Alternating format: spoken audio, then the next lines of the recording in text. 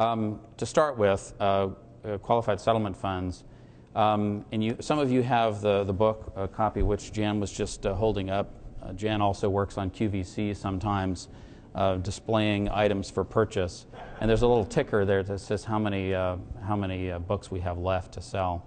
I'm going to go through these materials. I think you have, and I know Jan has some forms in here, form documents that he's been using, and so you've got quite a lot of stuff in your softbound handout.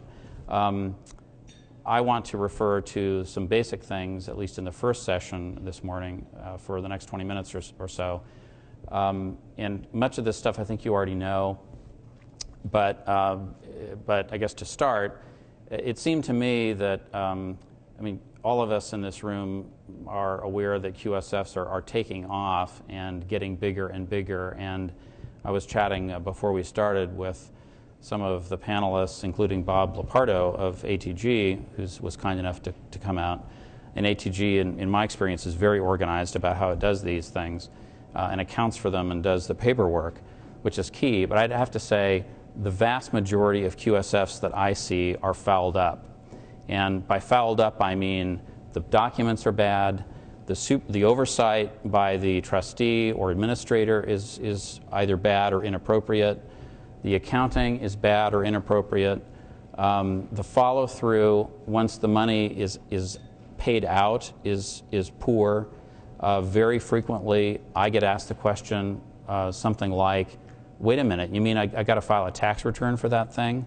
Or, well, I just thought once the money was gone, nobody cared. It's dead, right? And we'll get into some of those mechanical issues later, but I would just tell you that the way to make your life easy and to not have problems with these things is to do them right and to be organized about it, kind of have a checklist of procedures, and to follow through. The early stages, I think you all know, things like getting a taxpayer ID number. I mean, everybody knows you have to do that. And so some of those things, before you can open a bank account, you need a taxpayer ID number. So some of the things you can't fail to do, but many of the back-end things, it's easy to forget. Somebody once said that in every great innovation or idea, whether it be in politics, society, law, what have you, that there are 3 stages of reactions provoked in onlookers. First, that's impossible, it'll never work. Somewhat later, it's, well, maybe it's possible, but it's impractical, don't bother me. And finally, I believed it was a good idea all the way along. And to some extent, I feel a little that way myself.